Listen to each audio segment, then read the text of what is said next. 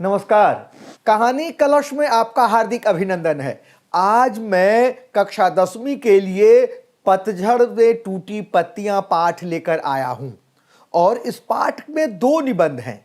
उसमें से एक निबंध गिन्नी का सोना, ये विचारात्मक निबंध है। इस निबंध को लेकर उपस्थित हुआ हूं और इसके लेखक जो हैं रविंद्र केलेकर और ये गांधीवादी विचारधारा को मानने वाले हैं। तो आइए सबसे पहले गिन्नी का सोना करते हैं। इसे मैंने एक्सप्लेन भी कर दिया है और साथ ही इसके प्रश्नोत्तर को भी रखा है।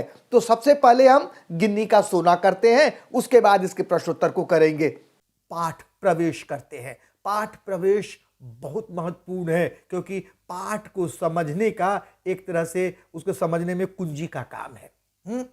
कैसे हम उसे समझें। कह रहे ऐसा माना जाता है कि थोड़े में बहुत कुछ कह देना कविता का गुण है। जब कभी यह गुण किसी गद्य रचना में भी दिखाई देता है तब उसे पढ़ने वाले को यह मुहावरा याद नहीं रखना पड़ता कि सार सार को गही रहे थोथा दे उड़ाए। यानी महत्वपूर्ण जो चीजें हैं उसे अपने पास संभाल कर रख लेना और जो अमहत्वपूर्ण है, जो महत्वपूर्ण नहीं है, उसे छोड़ देना। यानी महत्वपूर्ण को चुन लेना।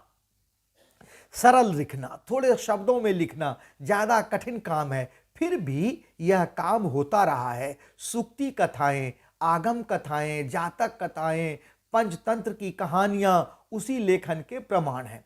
यही काम कोंकणी में रविंद्र केलेकर ने किया है।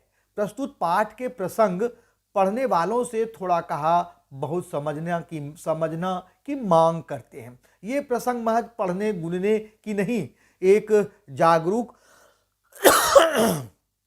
जागरूक और सक्रिय नागरिक बनने की प्रेरणा भी देते हैं। पहला प्रसंग गिन्नी का सोना जीवन में अपने लिए सुख साधन जुटाने वालों से नहीं बल्कि उन लोगों से परिचित कराता है जो इस जगत को जीने और रहने योग्य बनाए हुए हैं। दूसरा प्रसंग है जैन की देन। बौद्ध दर्शन में वर्णित ध्यान की उस पद्धति की याद दिलाता है जिसके कारण जापान के लोग आज भी अपनी व्यस्ततम दिनचर्या के बीच कुछ चैन भरे पल पा जाते हैं। आइए इस पाठ परिचय के बाद, पाठ प्रवेश के बाद हम करते हैं पाठ को। सबसे पहले गिन्नी का सोना करते हैं। अच्छा ये बताइए कि गिन्नी का सोना, गिन्नी क्या है? गिन्नी का सोना का क्या अर्थ है? गिन्नी का सोना है कि जब सोने में तांबे को मिला दिया जाता है, शुद्ध सोना जो होता है जिसे हम 24 कैरेट का सोना कहते हैं, उसका आप आभूषण नहीं बना सकते। हमारी माँ बहनें जो हैं उसके कानों की बाली या नथिया या इस तरह की चीजें नहीं बना सकती जब तक कि उसमें कुछ तांबे की मिलावट न किया जाए। और जो मिला हुआ सोना है वह शुद्ध सोना नहीं, उसी को गिन्नी का सोना कहते हैं। कोई 22 कैरेट का बनाता है, कोई 18 कैरेट का बनाता है। जितना आप तांबा मिलाते जाइए उतना ही सोने का अवमूल्यन करते जाइए। यहां पर यही है, शुद्ध सोना अलग है और गिन्नी का सोना अलग। गिन्नी के सोने में थोड़ा सा तांबा मिलाया हुआ होता है इसलिए वह ज्यादा चमकता है और शुद्ध सोने से मजबूत भी होता है। औरतें अक्सर इसी सोने के गहने बनवा लेती हैं। फिर भी होता तो वह है गिन्नी का ही सोना। गिन्नी का सोना यानी मिलावट का ही सोना होता है, शुद्ध सोना नहीं होता है। शुद्ध आदर्श भी शुद्ध सोने के जैसे होते हैं। लेखक बताता है कि जो शुद्ध आदर्श है वह शुद्ध सोने की तरह है। उसमें चंद लोग उसमें व्यावहारिकता मिला देते हैं। तो व्यावहारिकता मिला देते हैं तो देखिए ध्यान दीजिए, व्यावहारिकता मिलाते ही व्यावहारिकता की बात होने लगती है, आदर्श पीछे होता चला जाता है। और थोड़ा सा तांबा मिला देते हैं और चलाकर दिखाते हैं, तब हम लोग उन्हें प्रैक्टिकल आइडियोलिस्ट कहकर उनका बखान करते हैं। पर बात न भूलें कि बखान आदर्शों का नहीं होता है बल्कि व्यावहारिकता का होता है।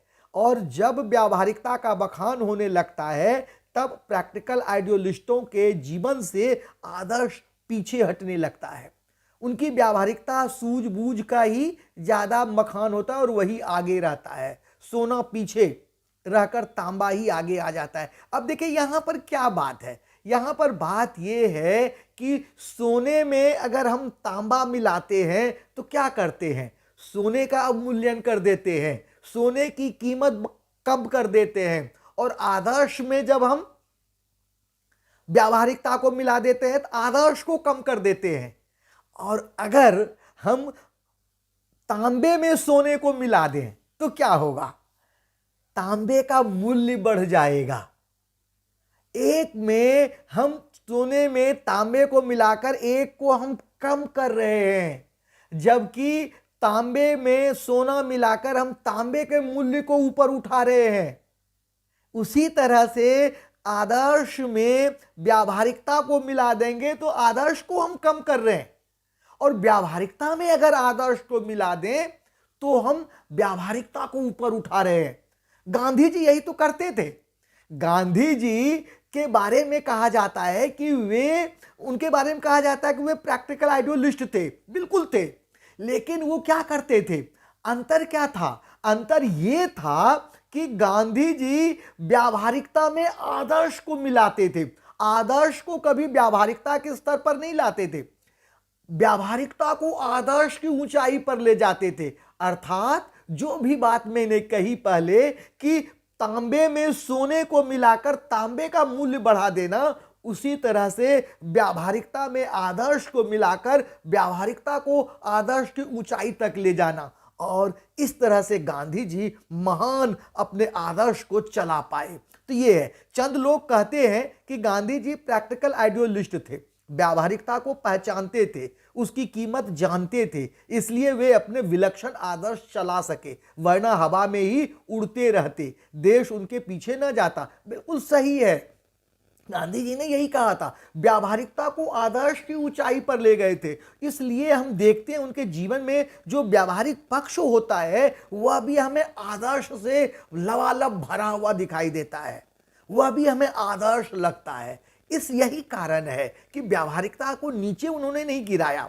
हाँ, पर गांधी जी कभी आदर्शों को व्यावहारिकता के स्तर पर उतरने नहीं देते थे, बल्कि व्यावहारिकता को आदर्शों के स्तर तक चढ़ाते थे। वे सोने में तांबा नहीं बल्कि तांबे में सोना मिलाकर उसकी कीमत बढ़ाते थे। ये ध्यान दीजिए, प्रश्न आएगा आपके लिए, वैसे भी जीवन में समझने के लिए ये बात बहुत सुक्तिपूर्ण है, बहुत उद्देश्यपरक बात है ये। इसलिए सोना ही हमेशा आगे आता रहता है। अब यहाँ पर दो तरह की बातें की गई हैं, उन व्यावहारिक लोगों की, व्यावहारिकतावादी की, जो प्रैक्टिकल आइडियलिस्ट हैं, उनके बारे में बात की जा रही है कि वे क्या करते थे, वे व्यावहारिकता में आदर्श को मिलाते थे, यानी आदर्श को नीचे उतारकर व्यावहारिकता तक ले जाते थे।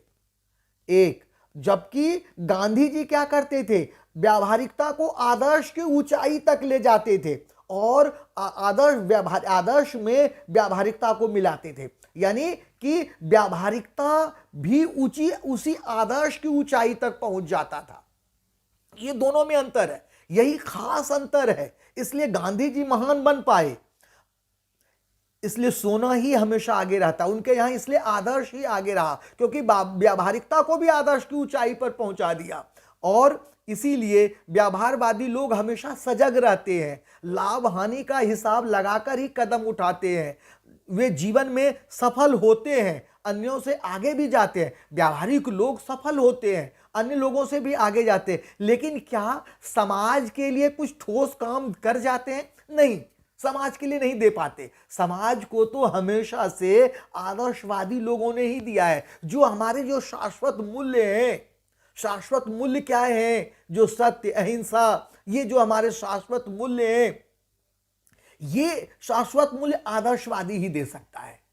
हजारों हजार वर्षों से जो चला आ रहा है, क्या महात्मा बुद्ध ने यह सोचा होता कि ज्ञान की खोज के लिए हम तो राज्य में रहकर ही ज्ञान की खोज कर लेंगे, तो क्या वो सफल होते? गांधी जी ने अगर ये सोचा होता तो क्या वो सफल होते? नहीं सफल होते। तो खुद ऊपर व्यवहारवादी तो खुद अपने आप ऊपर चढ़ते हैं और कामयाबी भी हासिल करते हैं, लेकिन क्या ये सच्ची कामयाबी है?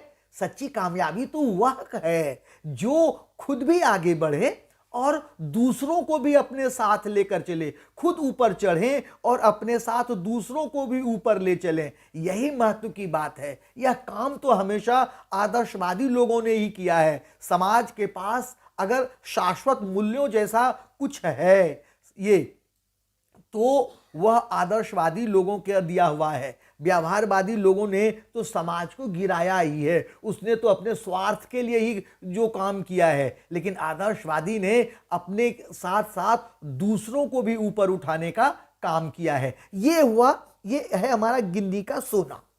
आइए पाठ एक्सप्लेन करने के बाद पाठ के मुख्य मुख्य बिंदु को करते हैं, क्या क्या इसकी मुख्य मुख्य बातें हैं, और उसके बाद प्रश्नोत्तर को करेंगे।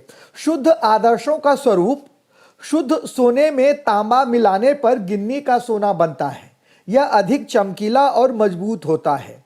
औरतें इसी सोने के गहने बनवाती हैं। शुद्ध आदर्श भी शुद्ध सोने के समान होते हैं। कुछ लोग उसमें व्यावहारिकता का तांबा मिला देते हैं और उसे चलाकर दिखाते हैं, तब हम लोग उन्हें प्रैक्टिकल आइडियोलिस्ट कहकर उनका वर्णन करते हैं। पर यहाँ ध्यान देना आवश्यक है कि वर्णन आदर्शों का नहीं, व्यावहारिकता का होता है। ऐसे में प्रैक्टिकल आइडियोलिस्टों के जीवन से आदर्श धीरे धीरे पीछे हटने लगते हैं और उनकी व्यावहारिकता सूझबूझ ही आगे आने लगती है। अगला पॉइंट्स है गांधी जी के विलक्षण आदर्श। कुछ लोगों का मानना है कि गांधी जी व्यावहारिकता को पहचानते थे, इसलिए वे विलक्षण आदर्श चला सके। गांधी जी कभी आदर्शों को व्यावहारिकता के स्तर पर नहीं उतरने देते थे, बल्कि वे व्यावहारिकता को आदर्शों के स्तर पर चढ़ाते थे। वे सोने में तांबा नहीं, बल्कि तांबे में सोना मिलाकर उसकी कीमत बढ़ाते थे। अगला है व्यवहारवादी व आदर्शवादी लोग। व्यवहारवादी लोग हमेशा जागरूक होते हैं। वे लाभ हानि का हिसाब लगाकर ही कदम उठाते हैं। वे अपने जीवन में सफल भी होते हैं, परंतु महत्व इस बात का अधिक है कि कुछ ऊपर चढ़ें और दूसरों को भी लेकर ऊपर चढ़ें। दूसरों के साथ लेकर ऊपर चढ़ने का काम आदर्शवादी लोगों ने ही किया है। ऐसे लोगों ने ही समाज को शाश्वत मूल्य दिए हैं। व्यावहारिक लोगों ने तो समाज को गिराया ही है। अगला क्या है, आगे प्रश्नोत्तर है।